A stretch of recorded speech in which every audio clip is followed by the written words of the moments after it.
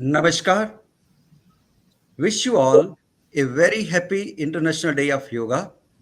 I, on behalf of the Consulate General of India, Chicago, welcome you to this webinar on yoga for wellness. Bef- Before we begin the seminar, I would request Consul General to address us. Sir. Thank you, Ranjit. Namaskar and good evening to all friends of yoga. At the outset, I would like to extend my very warm greetings to all of you on the 8th International Day of Yoga and welcome you to this webinar on yoga for wellness. As you all are also aware, we are celebrating Azadi Ka Amrit Mahotsav to mark completion of 75 years of our independence. In these activities, we have tried to ensure people's participation to the extent possible, and I am glad to inform you all that more than 2 dozen Indian American organizations have joined hands with us to organize several yoga events across the US Midwest. Our main yoga event drew approximately 250 people at the famous Grant Park in Chicago. Yoga has been an integral part of our cultural heritage. At our initiative, the United Nations had, in December 2014, unanimously adopted the resolution establishing the International Day of Yoga on 21 June. Yoga brings people together through compassion and kindness. It is for these intrinsic values embedded in practice of yoga that the theme for this year's yoga celebration was chosen as Yoga for Humanity. As the UN resolution noted, yoga embodies unity of mind and body, as well as thought and action. It is a holistic approach that is valuable to our health and our well being. It is a practice that brings joy, health, and peace from within and conveys a sense of continuous connection between an individual's inner consciousness and the external world. In contemporary times where we often rush from one day to the next, constantly trying to change our health, our body, or our emotions, or to plan a future, yoga opens up the possibility of connecting to what we already have, to who we already are. Yoga offers us the opportunity for self reflection, the practice of kindness and self compassion, and continued growth and self awareness. The importance of yoga was well recognized in tackling the rise of lifestyle diseases and stresses globally. During the COVID 19 pandemic, yoga also helped address issues relating to mental anxiety and mental health. Yoga today is therefore a strong aspect of preventive healthcare frameworks. Before I conclude my remarks, I wanted to thank all of you for joining us today. I also thank all the panelists for being with us today. Uh, they are a distinguished set of yoga practitioners, and I think who would have a cumulative yoga experience, I suspect, of more than 100 years. Um, they have deep theoretical knowledge of the subject as well as in the practice of yoga. They are very well placed to talk about various aspects of yoga, including meditation and their overall beneficial aspects. So I do look forward to listening to these yoga experts. Thank you.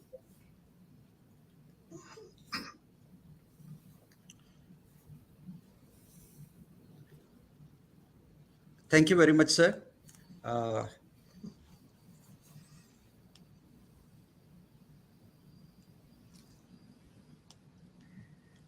Now I request Ms. Mara Zimmerman to introduce our panelists and moderate the session. And before she starts, I would like to introduce her. Uh, Her brief introduction is that she is a yoga, meditation, and mindful therapist, teacher, and specialist. She has been teaching to all ages. Mera directs yoga teacher training workshops, classes, and has developed a curriculum for private and public schools in Chicago.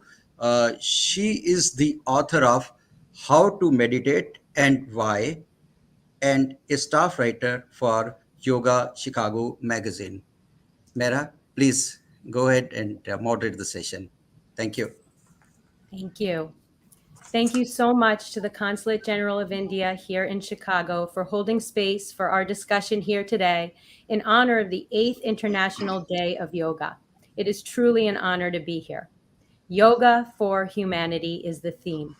Thank you also to the distinguished panelists and to the viewers. Welcome and namaste. All differences in this world are of degree and not of kind, because oneness is the secret of everything.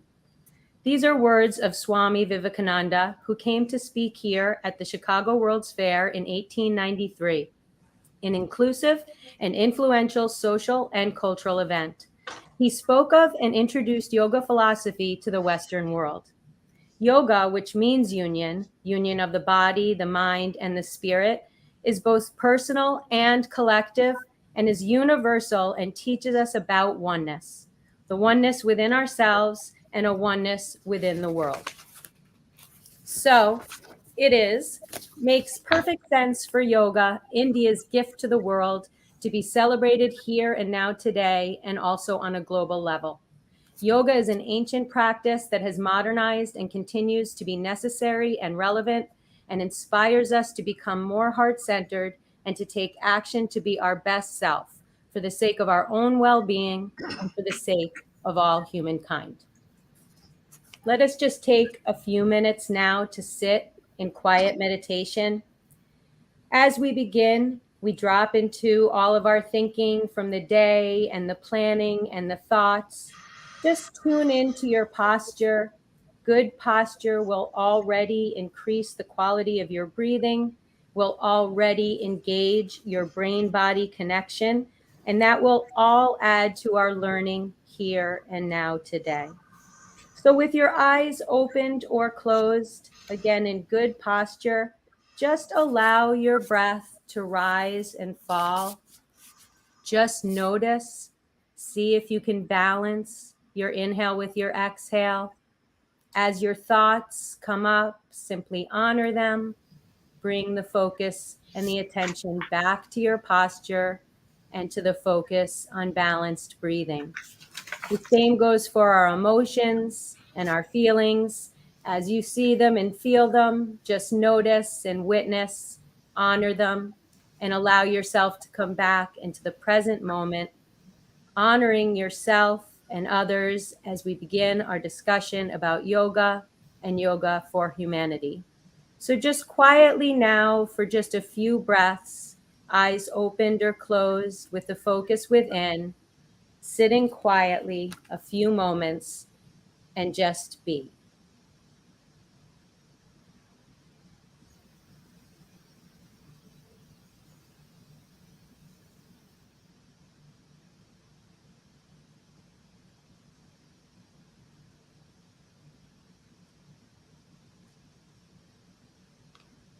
Wonderful.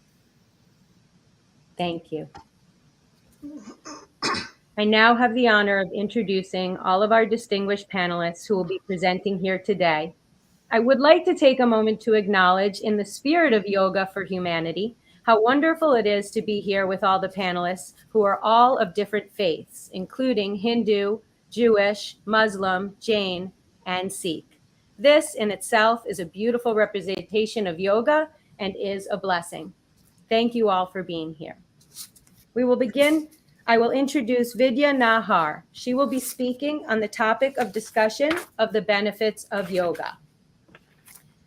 Vidya Nahar is an ERTYT 500 and a Yoga Alliance continuing education provider.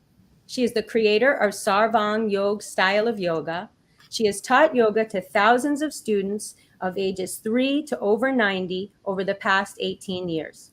She teaches mat and chair yoga classes and pranayam, healthy back, and meditation workshops in her home studio, local fitness centers, schools, corporate offices, libraries, and community centers. Vidya also offers a 200-hour yoga teacher training, has been organizing annual free Sunrise Yoga in the Park program since 2011, and has more than 100 yoga practice videos on YouTube. She has also been offering free annual International Day of Yoga community events since 2015. Our second panelist, Saba Haider, speaking today on pranayam, breathwork, and meditation. She is a resident of Aurora, Illinois. She is a master yoga and meditation teacher with over 15 years of training experience. She is an ERYT and Yoga Alliance continuing education provider. She has taught yoga and meditation to corporate employees, college students, school children, nonprofit organizations, and yoga studios. She has led teacher training courses and led yoga retreats. She is an active member of HTGC, a local organization where she volunteers, teaches, and hosts events. Our final panelist, Man Mohan Shukla, will speak today on the topic of wellness through yoga. Man Mohan Shukla integrates the philosophy of yoga with a scientific study on the principles and practices to help develop a practical understanding that is relevant in contemporary life. He teaches how to apply the precepts of yogic living in every moment and aspects of your life and converts the concept of just practicing yoga to living yoga and results in transformative change and true health. Man Mohan has developed a system of learning and applying these principles in the professional and personal aspects of life and teaches through coaching, speaking, his books, and videos. His latest venture is a YouTube channel, Yoga for Leadership, which explores his work in more detail. Now let's begin our discussion. The first question of our topic will be covering the benefits of yoga with Vidya Nahar. Vidya, from your experience and your expertise, can you please share with us and explain what are the benefits of yoga? Sure. Thank you, Meera, for this wonderful introduction. And thank you to Indian Consulate of Chicago for having us all over. So I'll get started. Benefits of yoga. We heard Consul General Amit Kumarji talk about most of the benefits of yoga already that I'm going to just touch upon this here. So moving on to the main benefits of yoga, which are very succinctly explained by the classic definitions of yoga. For example, yoga chitta vritti nirodha. This is a definition given by Patanjali's Yoga Sutra, which means yoga is cessation of fluctuations of mind. Then comes mana prashamanapaya yoga. That means, and this comes from Yoga Vasishta, which means yoga is a technique to pacify the mind. Another definition of yoga is samatvam yoga uchyate, which comes from Bhagavad Gita, which is equanimity and success and failure. So by practicing yoga, you see none of these definitions touch upon the physical health, physical wellness. It always goes towards the mind. And physical practice of yoga is so much more popular because we can see our body, feel, and touch the body. But the ultimate goal is to reach the mind and silence the mind, calm down the mind, because most of our modern diseases originate in the mind. They are stress related, lifestyle related. So with the help of yoga, we can calm down the mind and thereby leading to general wellness. So yoga is essentially a path to liberation from all bondage, uniting the individual consciousness with the universal consciousness. So just like yoga unites our own mind, body, breath, on a larger scale, it is actually disuniting from this small ego identity that we carry with us and then uniting with the larger consciousness, with the universal consciousness. So apart from this higher level benefit of yoga, medical research in recent years has uncovered many physical and mental benefits that yoga offers, corroborating the experiences of millions of practitioners worldwide, regardless of one's gender, age, nationality, social standing, ethnicity, etc. So a large body of documented research shows yoga's benefits for physical fitness, balance, strength, flexibility, and I'm sure most of you who have practiced yoga before, you know all these benefits yourself from within. From the day one you start practicing yoga, yogic asana poses, you start seeing these benefits. Yoga is good for improving the quality of breathing, sleep, blood flow, musculoskeletal functioning, and cardiovascular health. in the management of back pain, diabetes, respiratory disorders, hypertension, digestive issues, cancer, and again, many lifestyle related disorders. Yoga is immensely helpful. Yoga is also beneficial for reducing depression, fatigue, anxiety disorders, and stress, and in regulating gynecological disorders. So, in essence, yoga is a process of creating a body and a mind that are stepping stones and not hurdles to an exuberant and fulfilling life. And this is a quote that's given in the Yoga Protocol booklet of Ayush Mantralaya, India, which they have published on behalf on the occasion of this International Day of Yoga. And yoga works on all 5 levels of one existence. Even though we feel we are mainly the physical body, each of us has 5 levels of existence: physical, vital energy, mental, intellectual, and the inner bliss. This is according to Taittiriya Upanishad, that we are all existing on the Annamaya Kosha level, Pranamaya Kosha, Manomaya Kosha, Vijnanamaya Kosha, and the Anandamaya Kosha. To work on all these levels, yoga has techniques for each of these koshas. So, the Annamaya Kosha, yoga prescribes various asana, kriya, diet. At the Pranamaya Kosha, of course, there are pranayam techniques, which is the vital energy sheath, the Pranamaya Kosha. Then comes the Manomaya Kosha, which we can work with dharana, dhyana, and bhakti.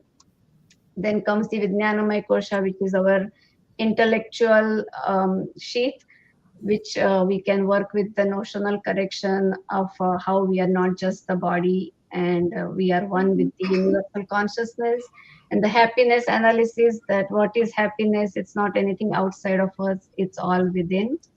And then the Anandamaya Kosha is basically the Karma Yoga, working in selfless service and finding action and bliss in action in everything that we do.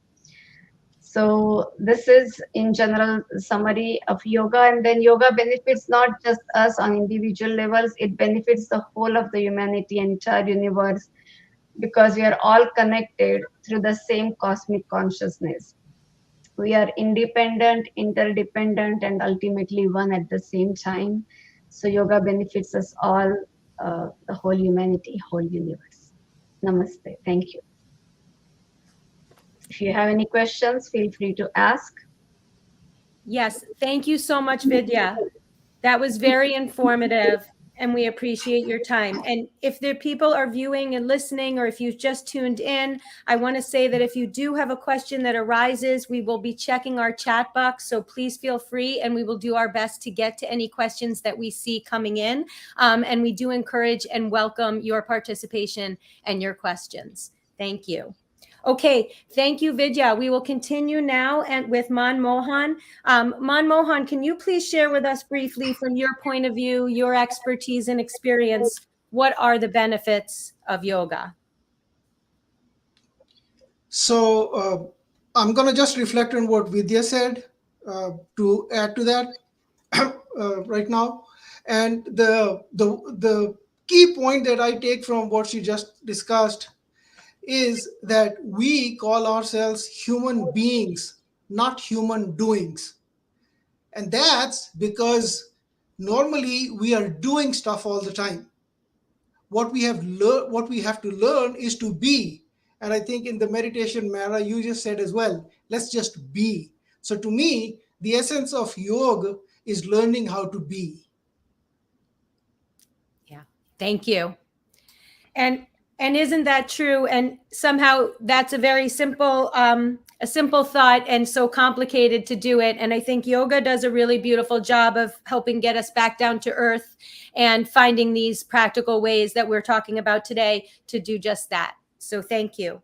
Okay, Saba, we'd like to move on to you and ask you if you would like to answer the question directly. What are the benefits of yoga from your expertise and experience, and or just give a reflection on what you've heard so far today? Thank you so much, Mara. For me, when I look at yoga, I find that this ancient art and science allows for us to target all the layers of our being. So when I think of the benefits of yoga, I'm not just working on my physical body and fixing the ailments of the physical body. The benefits of yoga are unique in that they not only help me keep my physical body strong and healthy, but at the same time, it is also helping me take care of my mental health. Yoga also helps me to take care of my emotional health. And yoga also helps me to stay steadfast on my spiritual path. Where am I going? What is the purpose of it all? Why am I born? And what is the purpose of all the hard work, all the hustle that I do day in and day out? So bringing all these elements together and helping us to benefit at all of these different levels of our being, I find is the most unique benefit of yoga. Beautiful. Yes, indeed. Thank you so much, Sabah. Okay, as we continue on, we're going to stick with you speaking, Sabah, and we are going to allow you to be focusing and discussing on the topic of pranayam, breathwork, and meditation in yoga. Sabah, breath awareness is inherent to yoga, and meditation really is the goal. From your expertise and your experience, share your point of view on how the areas and breathwork of meditation work, and how can answer the question for the viewers, how can I make breath work and meditation work for me? Thank you so much, Mera. I'm just going to take a moment to thank the Office of the Consulate General of India to be able to provide us this platform to have this really profound, meaningful, and deeply necessary conversation of the topic of yoga for humanity. Thank you to Consul General, Honorable Mr. Amit Kumar, for blessing us with your presence and participating in this conversation. Thank you to our Consul, Mr. Ranjit Singh, for all the hard work and the behind-the-scenes work and coordination for making this feel like a seamless, wonderful, easy flow. Thank you, Mera Zimmerman, for facilitating this conversation. You are wonderful and very professional, and it's an honor to work with you.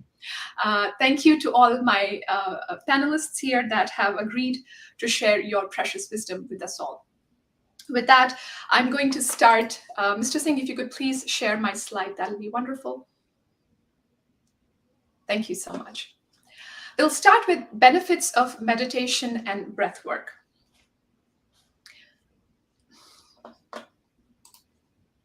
Can we go back to the slideshow, please?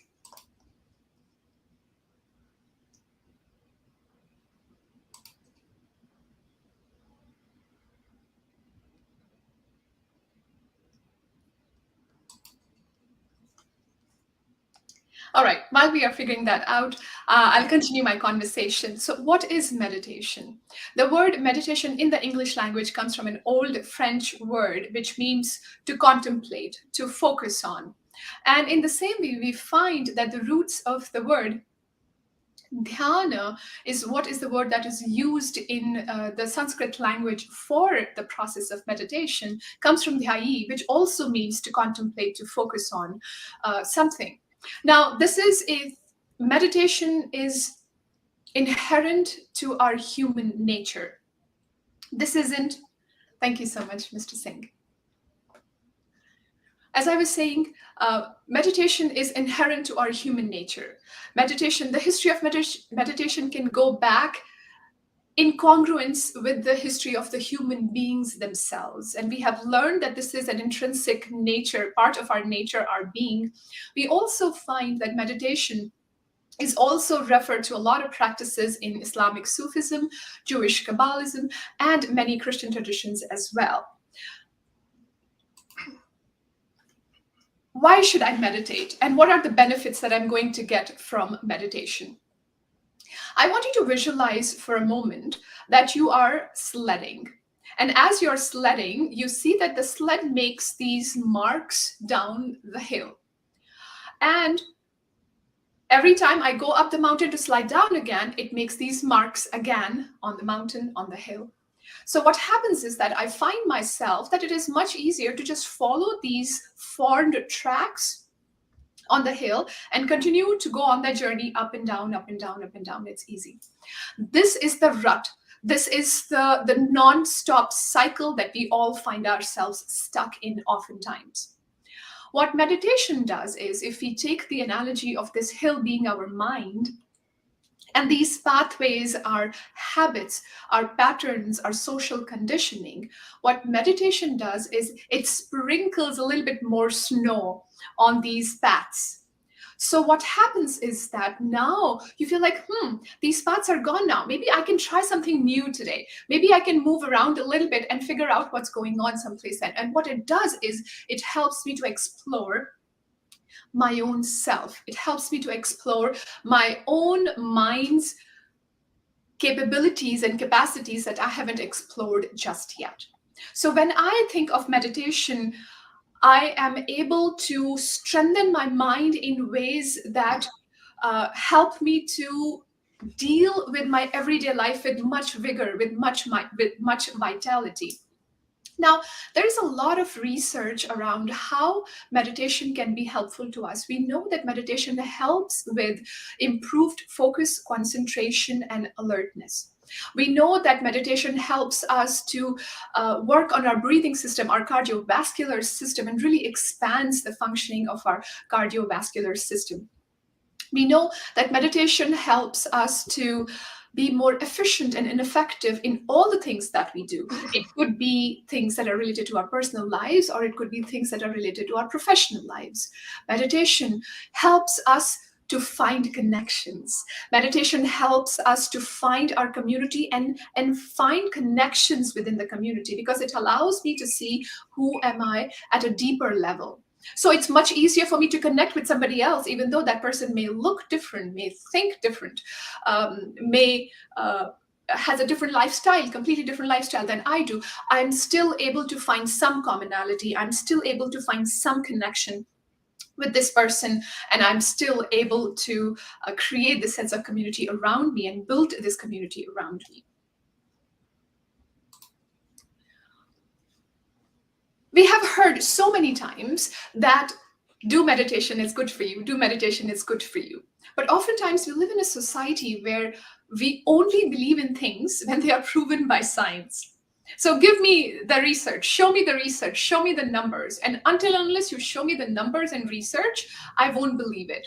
While teachers and gurus and practitioners for thousands and thousands of years have been telling us that meditation is phenomenal for the health of our mind, our physiology, neurology, cardiovascular system, nervous system, we need science to prove it. And there was an excellent research that was funded by the National Institute of Mental Health, where a team of researchers at the Center for Healthy Minds at the University of Wisconsin Medicine examined the brains of non-meditators, new meditators, and long-term meditators.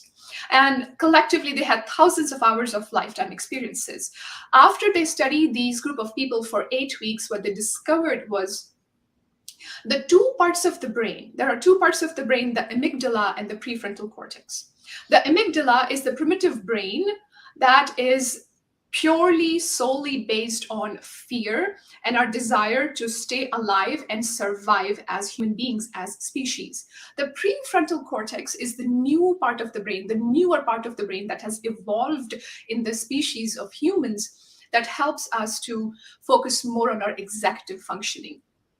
That allows for us to explore things like art and culture and philosophy. And what meditation did, what these researchers discovered, was that there was a difference in the emotion networks of the brain among these groups. So how these three different groups, the non-meditators, the new meditators, and the long-term meditators, how this connection was established between amygdala, the primitive brain, and the prefrontal cortex, the new brain, was very different.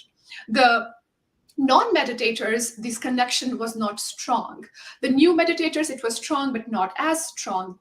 The seasoned practitioner, the connection between amygdala and the prefrontal cortex, that's kind of a bit of a tongue twister, was really strong and healthy, which allowed for these long-term meditators to regulate their emotions at a much better stage and capabilities. There are research like that the medical science is filled with it. There was another research done by the Yale Medical School that expressed this clear connection between practice of yoga and meditation and how we perceive ourselves, this concept of self-awareness, how I see myself as a human being and how I see myself in relation to the bigger world. This connectivity is deeply explained by various researches. Now, before I move on to my next topic of pranayama, I just want you to take a moment here and rest your hand on your heart and your left hand on your heart and your right hand on your belly. Patabi Joyce, a very famous and intelligent yogi from the 20th century, he said yoga is 99% practice and 1% theory. So we can talk all we want, and if you don't practice, then this is all futile. As you rest your left hand on your heart, right hand on your belly, close your eyes if your environment allows you to do that. You're welcome to keep your eyes open. Now, relax the shoulders and relax your elbows. Allow your legs to become heavy. Feel the earth under your feet. Then, connect with your breath. Notice how you're breathing. Is there a sense of tightness in your chest when you breathe in? Or are you able to take the breath down to your abdomen? Is it possible for you to draw the belly gently in toward the spine and breathe it all out, pushing the diaphragm out? Inhale, allow the belly to be filled up again. Continue breathing in as you allow now your chest to be filled up as well. Exhale, gently drawing the belly back in, breathing it all out. Notice how the tightness from your jaw, neck, and shoulders is melting away. Notice how the eyelids are becoming heavy, helping you feel relaxed and calm. Just 3 more full breaths here. Affirm to yourself, I am here, I am present, I am ready. I'm here on my chair, in my room, in my office, in my house. I'm present in this practice of breath work. Mentally, I draw my thoughts to this present moment of this breath work. And I'm ready to go wherever this practice will take me emotionally and spiritually. I am here, I am present, I am ready. 2 more full breaths here.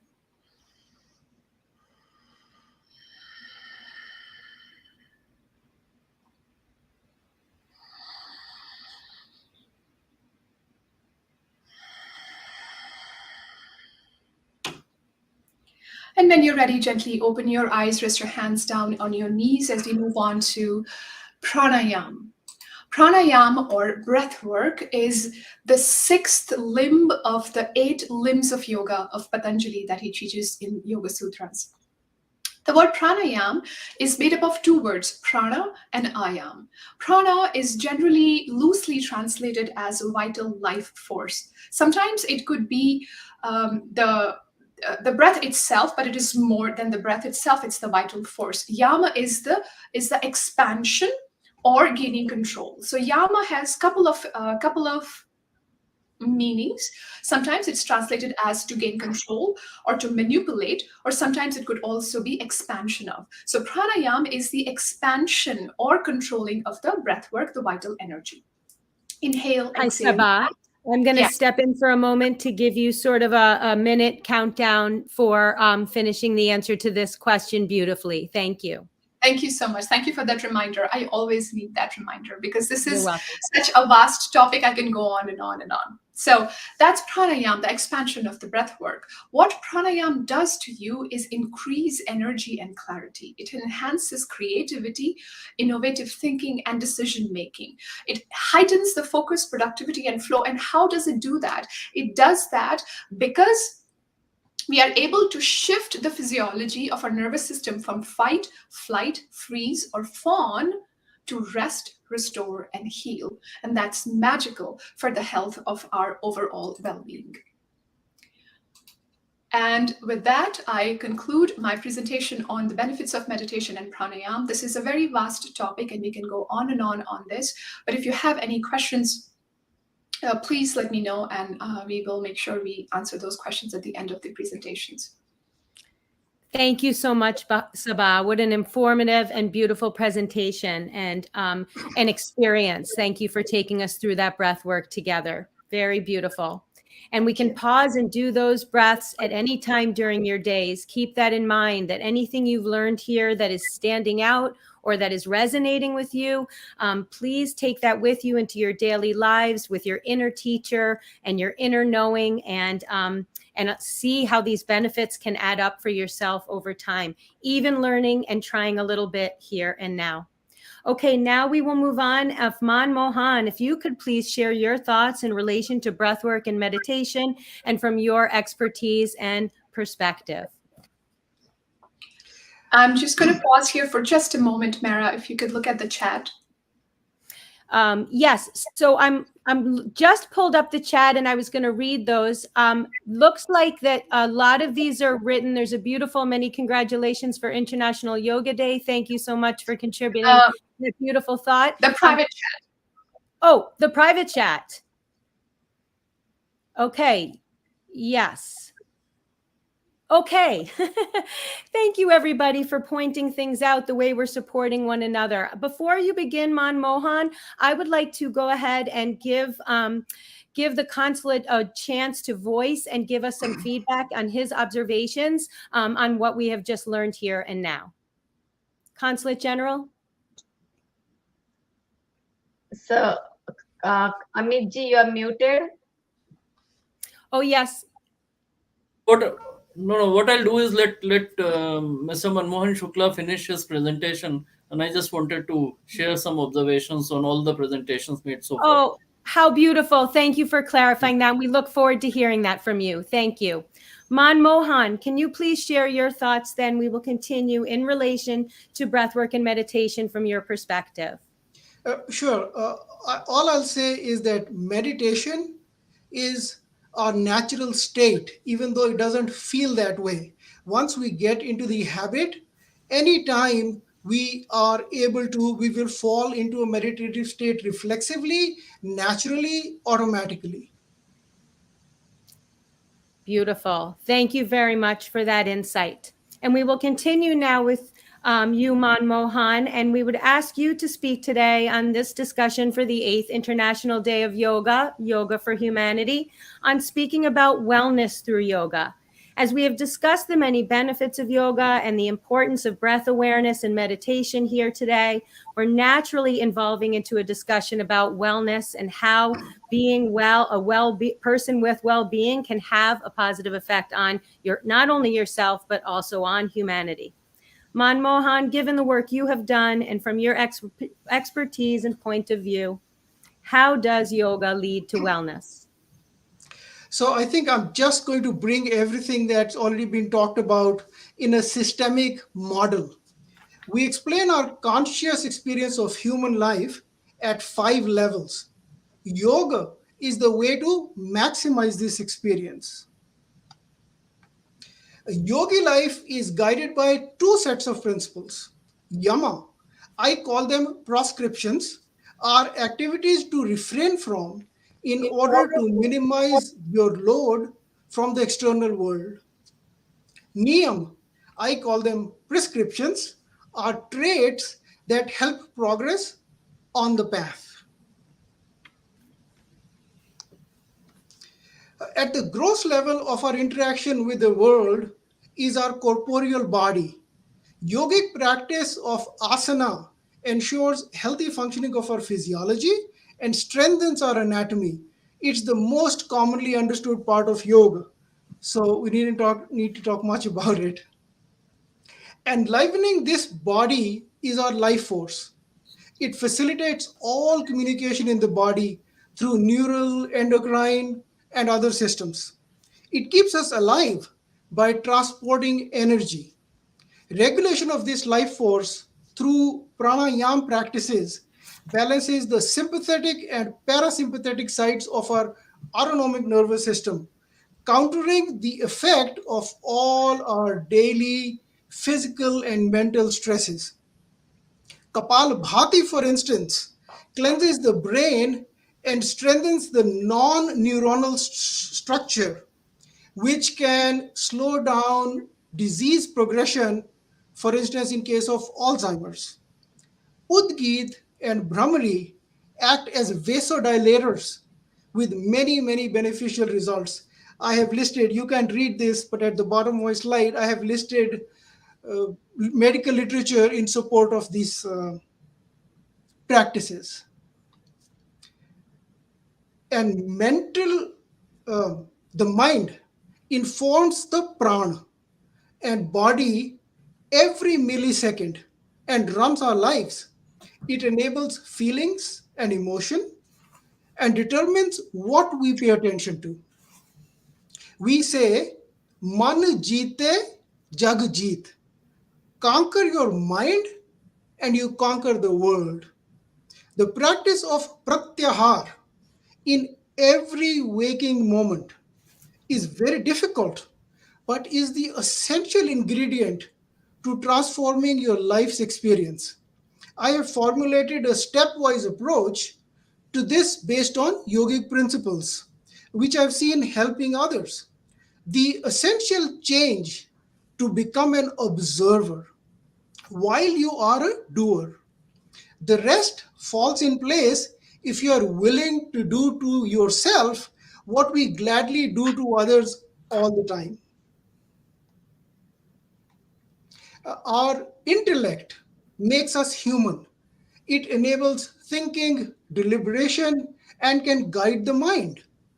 Learning to engage the intellect when the wild horses of the mind are on their own Ashwamedh Yagya is the key to becoming a yogi. Practicing dharana or contemplation in its many modalities is how we engage our intellect. Finally, we reach our self, which enables our identity.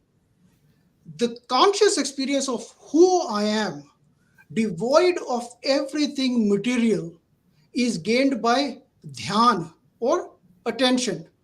Meditation, in its various modalities, is the practice.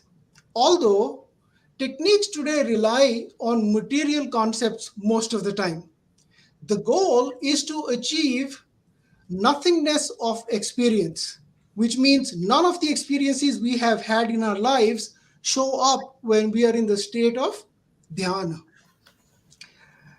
As we progress in our practice from the material to the subtle, we reach a conscious experience of nothingness. That is how our self reveals itself.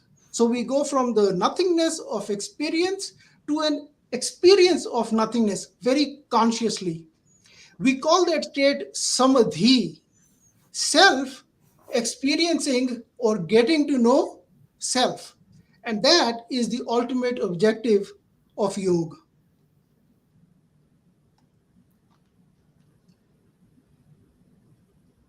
Thank you. Thank you, Manmohan.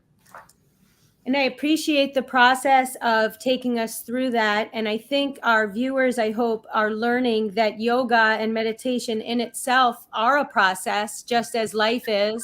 And you follow yourself on this life journey as you would find yourself on a yoga journey.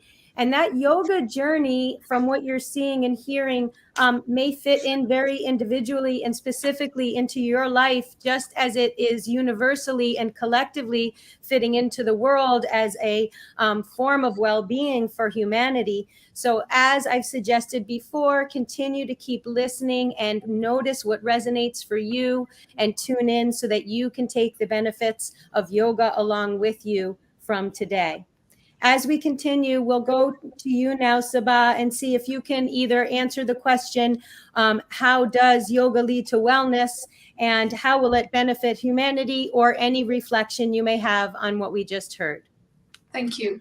How yoga benefits and how yoga is for humanity is what I touched upon earlier as well, is the fact that yoga not only touches the outer layer of our physical self, but yoga allows for us to take care of ourselves emotionally, spiritually, mentally, and physically. With all of these aspects of our being taken care of, now we realize that all the differences that we focus on are just so superficial.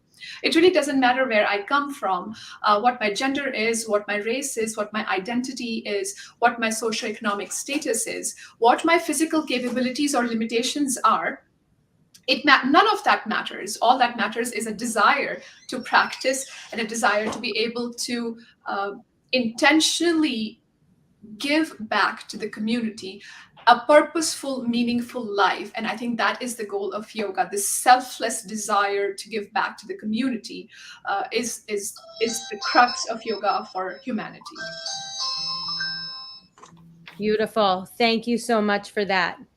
And also, we will now lead to you, Vidya, if you could please give us a reflection or also answer the question, and maybe also from a more practical view of how yoga does lead to wellness and or how it will benefit humanity. Yes, sure. Before I proceed, Amit, do you want to step in now, or do you want to wait for my answer and then you? Maybe let me just say a few words here. No, Yeah. first of all, I wanted to thank Mara for excellent moderation of this session, and I think this has been really brilliant in how different panelists have brought out the deeper sort of philosophical underpinnings of the practice of yoga, and very rightly we often sort of occupy ourselves with the physical manifestations of yoga, perhaps because it's easier to see, understand, it's a tangible manifestation.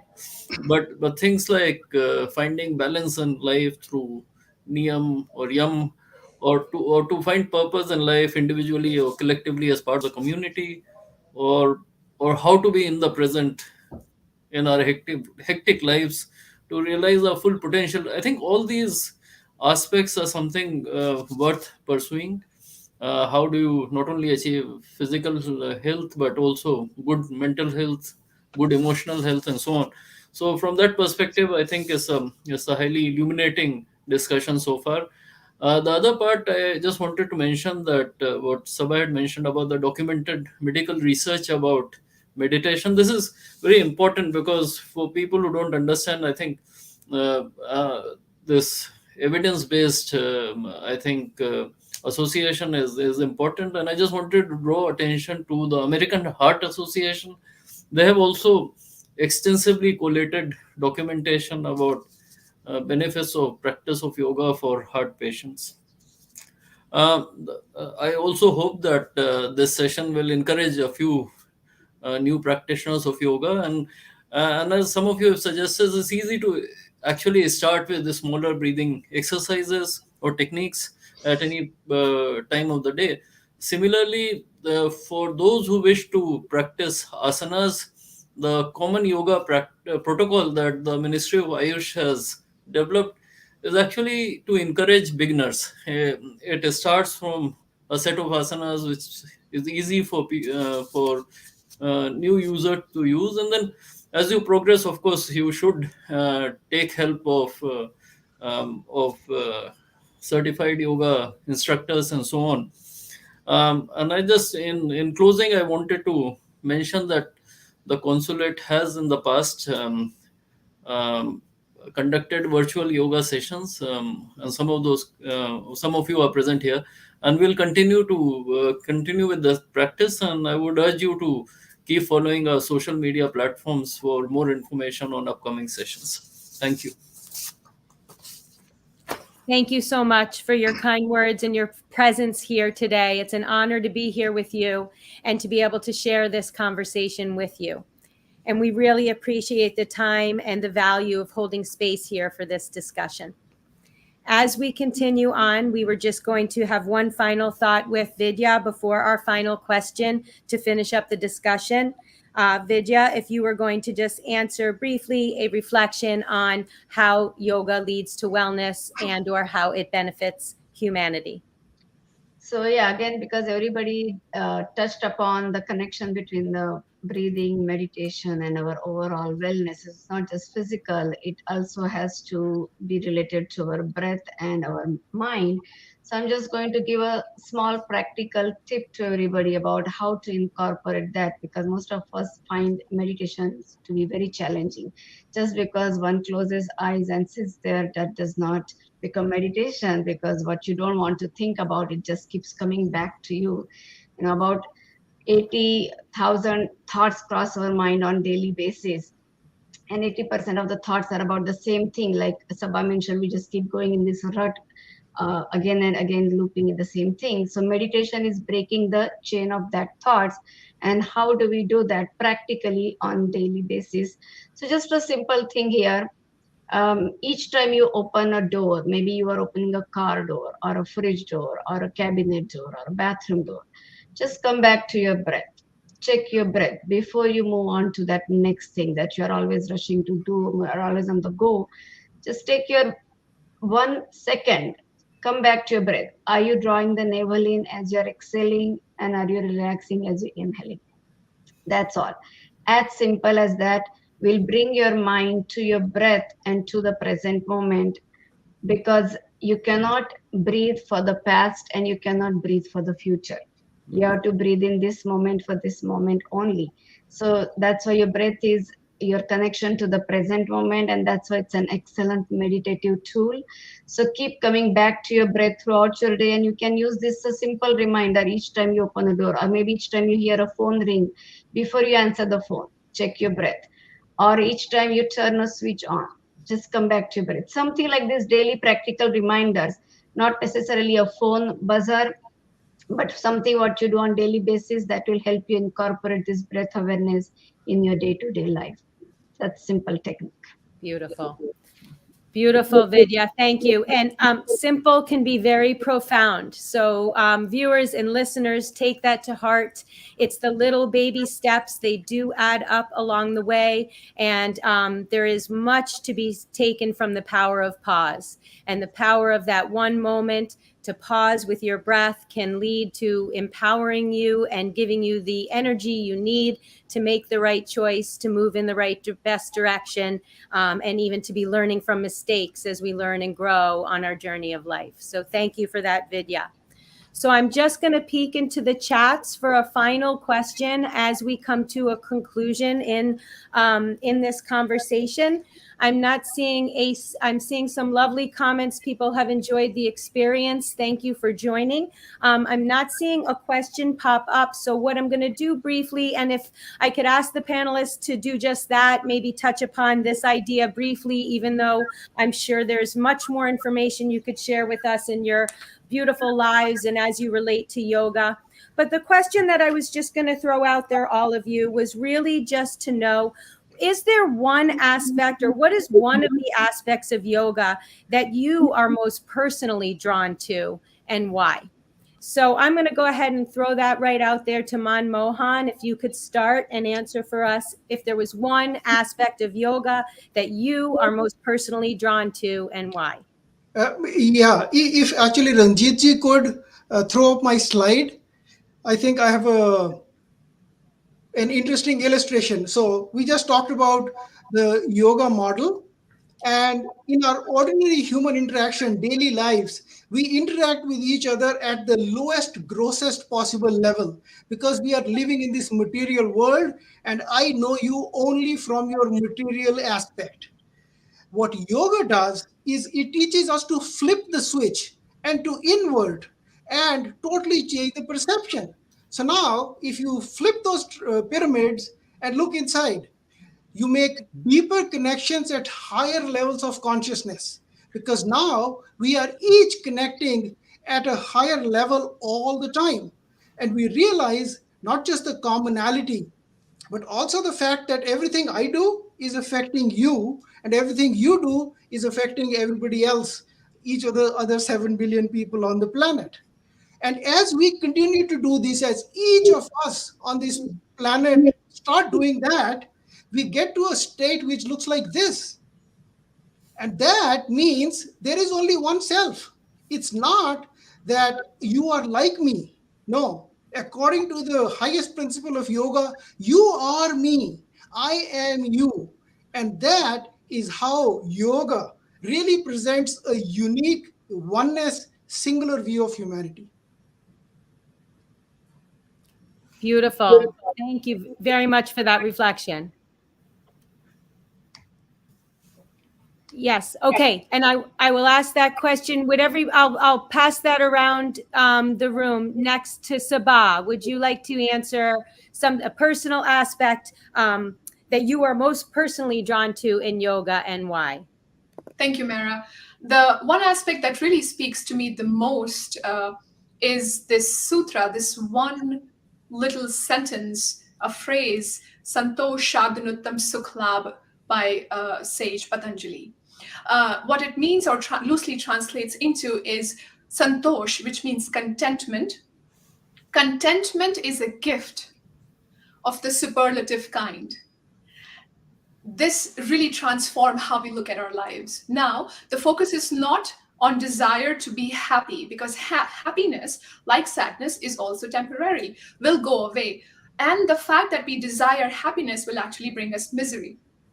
So whether I am happy or I am sad, I am constantly in misery. So yoga is teaching us to focus on santosh, focus on contentment, is telling us that the biggest gift, biggest gain that we can ever achieve in our lives of the superlative kind is santosh, is contentment. And being content with where we are and however we are, I think it's just the most beautiful gift concept that Patanjali has given us almost 2,000 years ago. And that really speaks to me personally very much. Thank you. Thank you, Sabah. How very insightful. I appreciate that.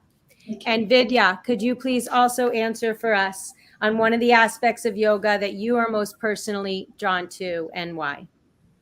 Sure. So both the esteemed panelists explained before me that oneness of all and santosha, these are definitely, they also connect with me. But I also find that yoga invokes the inner healer within, and that is the best connecting aspect for me to yoga, is that we don't have to depend on anything outside of us to heal us. We can bring it out from within.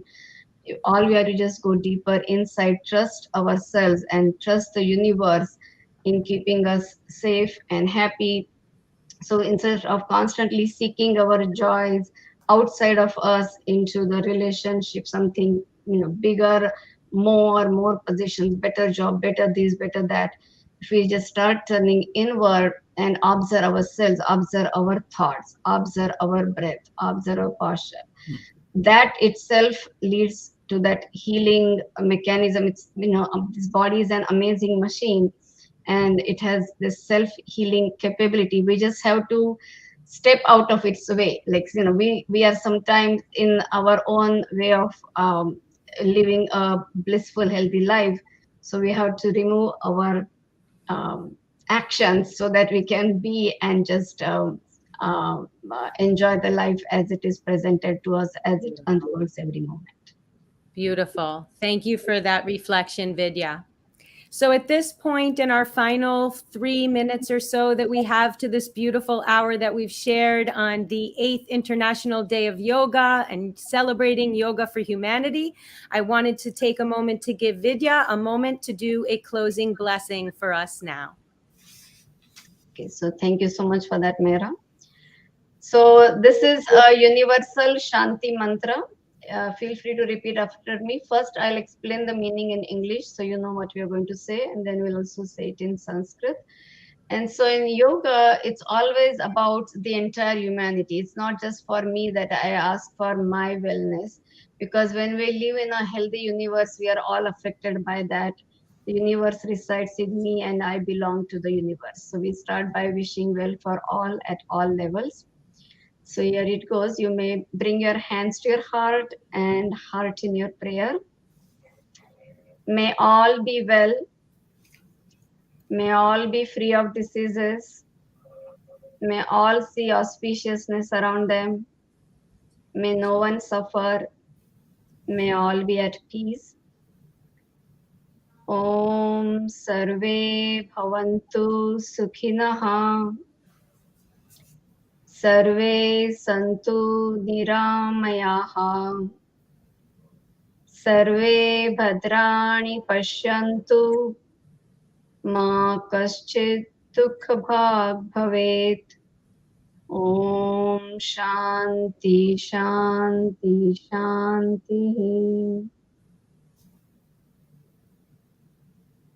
And so, thank you for joining us in this prayer. I'm going to also quickly bring on a different aspect of yoga, which is also joyfulness. Yoga is not all about just being serious all the time and going inside. So it is about going inside, but this is expressing that inner joyfulness to the outside without making it depend on anything outside of us. And so this we're going to bring out with our Hasya Yoga today. Hasya Yoga is laughing for the sake of laughing because it is the best medicine. And we are all happy beings in the at the very core level. We just make it depend on things outside of us. So today I'm going to ask you to start laughing with us, even if it feels fake it until you make it. Okay, so in the beginning we're going to just laugh with, like, the universal laughter is like just like that. We're going to start that.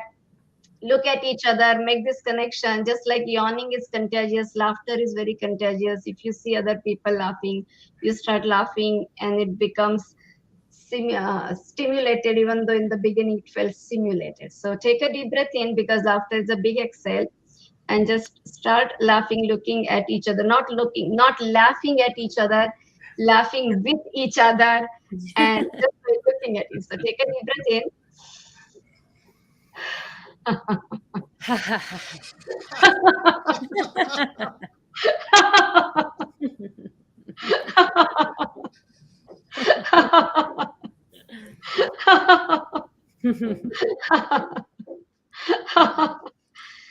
Stay there just a bit longer. Absorb that happy energy. Feel it percolating in every sense of your being, every cell of your body. Let it shine through your thoughts, words, actions. Stay happy, healthy, kind, be well. Take care of yourself, love yourself, appreciate yourself, and extend it to others. Namaste. Mera, back to you. Thank you, Vidya. And how appropriate for all of us to end with a smile on our faces, because I think at the end of the day, yoga does bring the smile back or keeps the smile going. And we all deserve to feel a piece of that happiness within us and to be able to share it here together today.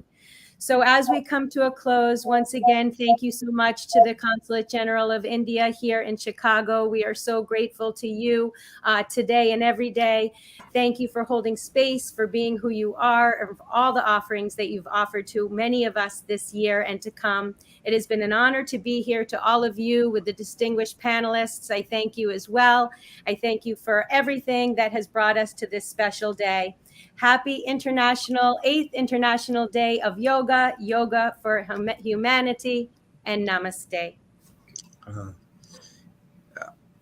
Before we conclude, I, on behalf of the Consulate, would like to thank you all. It is very encouraging to note that we have a wonderful response from various parts of the US and other areas. There are some very beautiful quotes on the Facebook. It says that योग में व्यायाम है, स्फूर्ति का आयाम है. It is an exercise. It is a direction to activeness and agility. योग भगाते रहे रोग. Yoga helps us to keep away diseases. And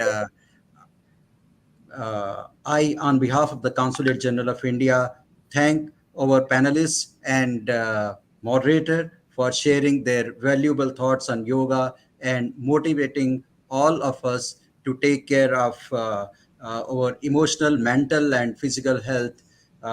We also thank our viewers who joined us on different social media platforms.